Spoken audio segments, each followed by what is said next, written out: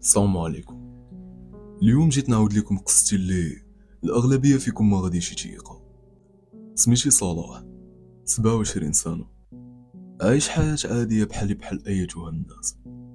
تزاديت في عائلة بسيطة، الوالد اللي سميتو أحمد والوالدة اللي سميتها خديجة، وعاد كاين اختي مريم اللي صغر مني ب3 سنين. كنت خدام كوميرسيال وكان عندي واحد المحل ديال لي فيتمون نيت. كانت عندي هواية ديال السفر، كنسافر بزاف.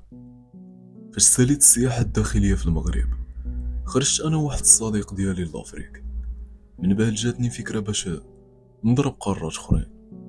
كنت في الاوروب ومن وراها درت بروغرام ديال اسيا باش ندورها كاملة. حتى لواحد الصباح جالس كنسكرولي في انستغرام حتى كيطلع ليا واحد الاعلان اوفر ديال الخدمة في تايلاند، بالضبط في بانكوك. الاعلان كان عبارة عن فرصة عمل في دولة تايلاند، ودوك الشروط اللي كانوا طالبين محتاجين الناس في الاي كوميرس. دخلت للاعلان ولقيت واحد النمرة، دخلتها عندي الواتساب، صيفط ميساج لديك النمرة وجاوبتني. كان الشخص مغربي، بقى كيشرح لي شي لعيبات هو فاهم في الدومين، بقى كيهضر لي على شي حوايج وسط الخدمة، بحال الدول اللي طالق فيهم الآز، وشنو هما البروداكت اللي ديجا خدمت عليهم، وإمتى وانا بادي الاي كوميرس. بزاف ديال الحوايج. دونك صافي عرفت وانا فاهم في الدومين. دار معايا واحد لونتروتيان، قال لي لونجلي ديالك مزيانه. بقينا كنهضروا يوميا في واتساب، كيعطيني اي جديد. قال لي الصالير ب20,000 دولار، والعدد ديال السوايع بليس الاقامه التايلانديه. اوه، 20,000 دولار يعني ما يعادل ربع مليار درهم المغربي في العام. بقينا كنهضروا عادي. قلت لي انني ديجا مبروغرامي نطلع لاسيا. قال لي ماشي مشكل، اي حاجه خسرتيها والا غادي تشد البون ديالها، والشركه غادي يعوضوك في كل شيء. ومن وراها طلعت للامارات. بقينا كندويو بشكل يومي، يسولني فين وصلتي وشنو درتي عادي. من ورا الامارات طلعت لماليزيا، ريحت في كوالالامبور شي يامات بين ما وصل الموعد ديال الفيزا، حيت هو كان مصيفط ليا موعد ديال الفيزا. وصل الموعد وعطيتهم كاع الوثائق المطلوبه، طبعوا لي الفيزا ديالي في 24 ساعه. دويت معاه وصورت ليه الفيزا، قال لي مبروك. صافي الغد ليه صيفط لي البي ديال الطياره، قال لي عندك الطياره مع 5 ديال العشيه لبانكوك. هي هذيك. جمعت انا حوايجي من لوطيل ديال ماليزيا، شديت الطريق، وصلت للمطار ديال كوالالامبور. صافي تشيكن كلشي داز هو هذاك. طلعت للطياره، بقينا كنهضروا، وعيت هو في الاول قال لي الخدمه في بانكوك. وصلت لتايلاند، خرجت من الباب ديال الطياره، وغادي في داك الممر اللي كيقولوا ليه ممر السعاده، حتى كنلقى واحد البوليسيه هازه ورقه فيها سميتي وكنيتي. خرجت معاها، ما كاين لا سكانير لا والو، كلشي داز بخير. داتني البلاصه اللي كيطبعوا فيها الباسبورات، طبعوا لي الباسبور، وهنا كنتفاجئ من بعد انهم حتى البوليس ديال تايلاند عندهم يد في هذا الشيء هذا. يعني باش تخرج من درجه الاعمال ورجال الاعمال وما تقلب ما والو وما تدوس في السكانير. اول مطار كيطرى ليا بحال هكا، جاتني غريبه. كنقول مع راسي كيفاش زعما الشركه اللي دايره هذا السيستم ولا كيفاش. ما علينا. خرجت مع البوليسيه واي دوله كنت موالف نوصل ليها، اول حاجه كنديرها قبل ما نخرج من المطار هي كنشري كارت سيم باش نقدر نشارجي كونيكسيون. هي ما خلاتليش الوقت فين ندور. وسط المطار خرجنا وانا هز الحوايج ديالي، بقيت في الكيد 4 كنتسنى الشيفور ديالي. بقيت كندوي مع خونا، قال لي تصور سيلفي. تصورت وصيفط ليه التصويره. صيفط لي الدرايفر وكيجي جايب معاه تصويرتي. قال لي انت هو هذا؟ قلت ليه هز لي الفاليز ديالي دارها في الطوموبيل. طلعت معاه وتحركنا. كانت 6 ديال العشيه، بقينا غاديين في الطريق. ما كان عندي لا انترنت لا والو ديك الساعه. ساعه، 2 سوايع، 3. كنقول اواه، زعما المطار بعيد على المدينه كاع هاد الوقت وحنا نازلين في المطار ديال بانكوك. بديت كنسول الشيفور، كان اسيوي. كنهضر معاه ما كيجاوبنيش، خونا ما كيفهمش لونجلي. فهمته بالاشاره وقلت ليه ضروري خاصني انترنت. بارطاجا معايا كونيكسيون. هدرت مع خونا في الواتساب داك الانونيم، حيت باقي ما عارف لا سميتو لا والو. هدرت معاه وقلت ليه، قلتو لي الخدمه في بانكوك، دابا انا راكب مع الشيفور 3 ديال السوايع، ياك ما كاين شي غلط ولا شي حاجه؟ قال لي لا، المقر ديال الشركه في بانكوك، ولكن حنا كاينين في مايسور. قلت ليه فين كاينه هادي؟ قال لي كاينه في الشمال ديال تايلاند، كاين واحد الخمسة ديال السوايع ديال الطريق حتى لستة، وغادي توصل هنا عندي. ومن بعد نهضروا. انا بدا كيدخلني شويه ديال الشك، ولكن او ميم طون كيقنعني. كملت الطريق وقلت صافي ماشي مشكل، سير على الله، حكم بنادم باغي يخدم وباغي يوصل. قلت غادي نضربها السياحه، و او ميم طون الا كانت خدمه غادي نريح نخدم، ندير واحد راس المال تحتي باش ندور به، ندخل الجابون ندخل لاشين. وصلنا مع ديك 6 ديال الصباح لمايسور، داني ديريكت لوطيل. هدرت مع الدار طمأنتهم عليا، قلت لهم باللي راه وصلت وكل شي بخير. دخلت للبيت فين غادي الناس، قدام لوطيل كنلقى طوموبيلات فيهم ستيكر ديال لي سونتر دابيل. كنقول كاين شركات كيجيو هنا، يعني ما كاينش شي حاجه ديال الشك. صافي شديت بلاصتي ونعست. مع عليا ديال السفر تقريبا من شي 7 ما فقت حتى ل5 ديال العشيه. فقت لقيت بزاف ديال لي زابيل من داك الريسبونسابل، صونالي بزاف وصيفط ليا ميساجات. كندخل كنلقى فينك وهادي غبرتي، كيصحاب ليه واش هربت. انا مازال ما فراسي ما يتعاود ديك الساعه. درت معاه وقلت ليه انا راني غير في لوطيل، غير جيت عيان مع السفر ما حسيتش براسي. قال لي صافي ماشي مشكل، انا غادي نصيفط لك الدرايفر اللي يجيبك عندي حتى للشركه، كاينه واحد 20 دقيقه ديال الطريق غادي توصل عندي. خلاني من 5 تقريبا حتى طاح الظلام مع ديك 7 ديال العشيه، ديك الوقيته ما بين المغرب والعشاء. عاد جا عندي واحد الدرايفر اخر، رانجر كلها في مكحله، وحتى هو اسيوي. جاب لي تصويرتي وقال لي واش هذا هو انت؟ قلت لي هو انا. قال لي غنديك للشركه. ركبت معاه وحتى هو ما كيفهمش لونجلي. بقينا غاديين ولحد الان مازال ما عندي كونيكسيون. غاديين في الطريق فاتت 20 دقيقه باقي ما وصلناش، 40 دقيقه مازال ما وصلنا. واحد شويه كنتفاجئ به، خرج من الطريق الناسيونال، دخل لواحد البيست وسط الغابه وتفضل. تما ما عرفتش شنو غادي ندير، بقيت مصدوم و ميم طون كندوي معاه ما كيجاوبنيش. كنقول ليه where are you going bro؟ اش هادشي كدير؟ علاش طفيتي اللايتينغ؟ ما كاينش ريبوند. حتى لواحد اللحظه دار عندي دار لي ديك اللعيبه نتاع اسكت. بقيت كنشوف فيه وكنحاول نجرب مع الباب يتحل، والو. كنمسورش الطوموبيل. تما بدا واحد الخوف كيركبني، ما عرفتش ما ندير. وهو غادي عاصر وسط هذيك لابيست بواحد السرعه جنونيه وطافي الضو من الفوق. كنقول ويلي فين غادي بيا هذا؟ وصلنا لواحد الجنب ديال الواد وهو يوقف. خرجوا 8 ديال الناس بالتري ديال العسكر وهازين السلاح. داروا على الطوموبيل، هزوا الفاليز ديالي. هبطت من الطوموبيل كنسمع غير ديك جو جو جو، وكيشيروا ليا جيت واحد اللانشا كاينه في الواد. هبطوني لتما. مول الرانجر ديمارا ومشى في حاله، رجع من نفس الطريق. بقيت مع هادوك 8 ديال الناس، نقصت لهاديك اللانشا. كرطاب حطوه هو ولا فاليز ديالي تما، بقاو 4 وركبوا معايا 4. قطعنا الضفه الاخرى من الواد. باش وصلنا سلموني العسكر اخرين، بداو كيطيحوا في بالي بزاف ديال التساؤلات. ديك اللحظه تيسحب ليا بلي انا مازال باقي في تايلاند. بقيت مع دوك العسكر. جات عاوتاني واحد الطوموبيل اخرى، هادي رابتور حتى هي كحله وكلها فيمي. هزو عاوتاني الحوايج ديالي وداروهم في ديك الطوموبيل. طلعوني وطلعوا معايا جوج والشيفور. انا بقيت غير كنشوف. اواه شنو هادشي هذا؟ وفين انا؟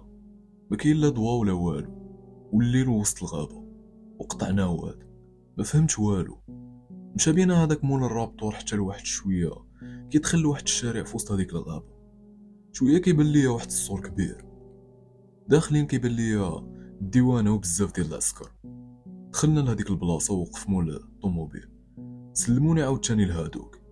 قلبوني كامل، داو ليا كلشي، اوراق التليفون بيسي حوايج كلشي، ما خلاو حتى شي حاجه. دخلت لتما كندور في عينيه، كيبان ليا فوق داك السور كاين السنايبرز وغير الاسيويين. كنقول كيفاش؟ واش شي تجنيد اجباري هذا ولا كيفاش؟ كطيح ليا 100 فكره في الدقيقه. بقيت غير كنفكر، بقيت تما حتى لواحد شويه قالوا لي جلس في واحد الكرسي. جا واحد الوجه مغاير، كان هو الاتش ار، قصير وما كانش اسيوي بحالهم. جا عندي وقال لي فولو مي. تبعته وشتلو في يدو كان هاز تليفوناتي. يلا جيت نقول له عطيهم لي، هو يدير لي ديك اللعيبه ديال عطاني الفاليز ديالي وداو لي 2300 دولار. دخلنا وبقيت تابع داك الاتش ار، غادي بيا ديريكت. شويه كيبانوا ليا البولدين كبار وجرده قداش، ناس شي غادي شي جاي، مدينه وسط داك الصور. لحد الان ما فاهمش فين انا غادي. مشى بيا داك الاتش ار، دخلني لواحد البولدين تما. طلعنا للدوزيام، غادي بيا لواحد الروم باقي كنعقل الرقم 48. دخلت كيبان ليا باياصات بحال الحبس، 20 باياص مدوبلين، واحد فوق واحد، يعني 40 بلاصه، وكانوا خاويين. داني لواحد الباياص وقال لي هدي هي بلاصتك. بقيت غير كنشوف انا ومصدوم، كنقول اش هادشي هذا وفين انا؟ كنت زاهي في ماليزيا، اش جابني لهاد البلاصه؟ بقيت شي 20 دقيقه كندور في عيني وسط الروم، غير كنشوفو مصدوم. جا عندي عاوتاني هذاك الاتش ار، جايب في يدو كوفر ليهم خده، وجايب لي شامبوان وجيل دوش دونتي فريز، بحال داخل الحبس. بقيت غير كنشوف فيه. قال لي غدا مع 8 ديال العشيه غادي تبدا الخدمه، وهو يمشي في حاله. بقيت واقف وما فاهم حتى شي حاجه. كنت فكرت انه كاينه خدمه، ومن طون كنقول اش هادشي هذا؟ ما يمكنش تكون شي خدمه بهاد العشوائيه، ويحيدوا لي كل شيء. خرجت من هذيك البولدينغ، كنتمشى وسط هذاك الشارع، كيبان ليا كازينو ريستورات، الناس كيتمشاو عادي. كندور شويه وانا نتلاقى مع واحد المغربي جايب واحد الطروجينات ديال الضو. يلا بغيت نهضر معاه وقال لي خويا واش مغربي؟ قلت ليه خويا يلا بغيت نسولك. قال لي بلاتي نبلاصي الطروجينات. بلاصه وقال لي اجي نطلعوا لواحد البواط. ريحنا وقلت ليه خويا فين حنا؟ شنو هادشي هذا اللي واقع هنا؟ قال لي خويا انا راه خدام هنا هادي 8 شهور بخير، كنتخلص 3000 دولار. قلت ليه كيفاش؟ بقى كيهضر معايا وحسيت به ما باغيش يدوي وما كيعطينيش المعلومه كامله. تما بقيت كندورها في راسي. هنا راه كاينه خدمه 3000 دولار، بعدا اموا راه جايين الخدمه، ما غيطرا والو. دوزت معاه شي ساعه د المكانه وخرجنا من تما. حتى من بعد غادي تشطح ليا هو ماشي فيكتيم. باقي انا ما عارف شنو طاري بالضبط. وحنا خارجين كنتلاقاو بمغربي اخر حتى هو تما، ولكن هذا فيكتيم. من وجهه كيبان ليا مدمر. بقى كيهضر معايا وكيقول لي خويا انا 3 شهور وانا هنا وسالات ليا الفيزا. كنقول اواه سالات لي الفيزا؟ كنطرح تساؤلات اخرين في راسي. الاخر كيقول لي راه خدام 3000 دولار. هذا كيبان ليا مدمر، ما كان لا فلوس لا والو. تما هو يقول لي رحنا في بورما فلاشين، وان شاء الله هادشي راه غادي يسالي. بقيت كنسولو وقال لي راه باعني ليهم واحد خونا كان صاحبه. هنا كنتفاجأ انه هنا كاين البيع والشراء. ما بقيت فاهم والو. واحد كيشرح انه البلان زوين والخدمه كاينه بزاف ديال الحوايج، واحد كيبان ليا مدمر وكيقول لي انهم باعوه. دوا هذاك المغربي الاول وقال لنا غنمشي غدا خدام على 10 ديال الصباح. مشينا معاه حتى للروم ديالو، طلع في حاله هو. بقيت انا مع الدري الاخر، مشى معايا وراني الدراري اخرين. يلا خرجوا من البلاك روم. انا كنعرف ان كاينه بلاصه سميتها البلاك روم كيعذبوا فيها الناس. كانوا هذوك الدراري كاملين مضروبين ولحمهم زرق. هنا بديت كنتخلع تدريجيا. هضرت مع هذوك الدراري وقالوا لي خويا كيفاش حتى جيتي؟ عاودت لهم البلان كامل. قلت لهم انني كنت كنهضر مع واحد خونا داير اعلان اوفر ديال الخدمه حتى كنلقى راسي هنا. ما فهمت والو. قالوا لي راه حتى حنا داروا لينا هكا باعونا. دويت مع واحد الجوج كانوا مع هادوك اللي يلا خرجوا من البلاك روم. عاودوا لي ان داك خونا اللي كان معايا في الاول هو اللي باعهم. بقيت مع هادوك الدراري شويه وهما يتحركوا واحد من ورا الاخر حتى بقيت بوحدي. بقيت كنفكر كيفاش وشنو غادي ندير وشنو هي هاد البلاك روم. رجعت للروم اللي عطاها لي داك الاتش ار، شديت بلاصتي وبقيت متكي على هذاك الباياس تما وكنشوف في السقف. قرب يصبح الحال وبداو كيجيو الناس وهي تعمر ديك الروم. كيبانوا ليا ناس من جميع الجنسيات، هنود فلبينيين دراري وبنات. الروم كانت مخلطه. زعمت على واحد وسولته، كان حدايا. قلت له شنو هاد الشيء هذا؟ قال لي احنا في الجحيم. اش غنشرح لك اكثر من هكا؟ كيبان لي بنادم واكلها انا ديال بصح، عالم به غير الله. داك النهار بقيت كامل بحال هكاك في بلاصتي. وصلت 4 ديال العشيه، دويت مع دوك الدراري وقلت لهم راه قالوا لي غادي تخدم مع 8 وهما يقولوا لي لا، الخدمه مع 5. ديك 4:30 بحال هكاك بداو يلبسوا حوايجهم. قالوا لي يلا تمشي للشركه، وانا ما فاهم والو. مشيت معاهم تما عاد عرفت باللي راه كاينين شركات. دخلنا لهداك البولدينغ، تلاقى معايا هذاك الاتش ار، داني ديريكت للاوفيس. كيبانوا لي تما بزاف ديال البيسيات. مشى بيا ديريكت لواحد الاوفيس كاين اللور داخل ديال الشركه. قال لي جلس هنا. جلست ومشى. دازت واحد الساعتين حتى كيجي هذاك الاتش ار وكيجي معاه واحد خونا اخر اللي هو سوبرفيزور تما، واحد الدري عربي. وتيجي البوس. 4 ديال الناس جاو دوروني. هضر معايا البوس وقال لي حنا عصابه واعترف ليا بكل شيء. قال لي عندك 3 ديال الاختيارات، يا اما تجيب لينا 100 واحد هنا باش يخدموا وتخلص فيهم بثمن ديال 10,000 دولار الواحد، ولا تخلص لينا داك الشي باش شريناك، ولا تخدم وتسكت. شرح لي وقال لي الخدمه فيها 2 ديال لي تيب. كاين تخدم تايبر، تبقى قدام البيسي لمده ديال 17 18 ساعه غير شوت. كتبدا الخدمه مع 5 ديال العشيه حتى ل 10 ديال الصباح. ولا بغيتي تخدم موديل غادي تخلص، كتحضن غير بالصوت ديالك وكتخلص 3500 دولار. وديك الشركه اللي كنت فيها انا ما كانش عندهم موديل دري، كانوا 3 ديال البنات، 2 روسيات وحده فلبينيه، وكانوا محتاجين الموديل دري. تمانيت. قال لي ولا غادي تخلص داك الشيء باش شريناك. قلت لي كيفاش شريتوني؟ قال لي احنا راه شريناك. هذاك اللي جابك لينا راه تخلص، خدا فلوسه وباعك لينا. اصدقاء، انا كيسالي الجزء الاول ديال القصه، تسناو الجزء الثاني قريبا. السلام عليكم.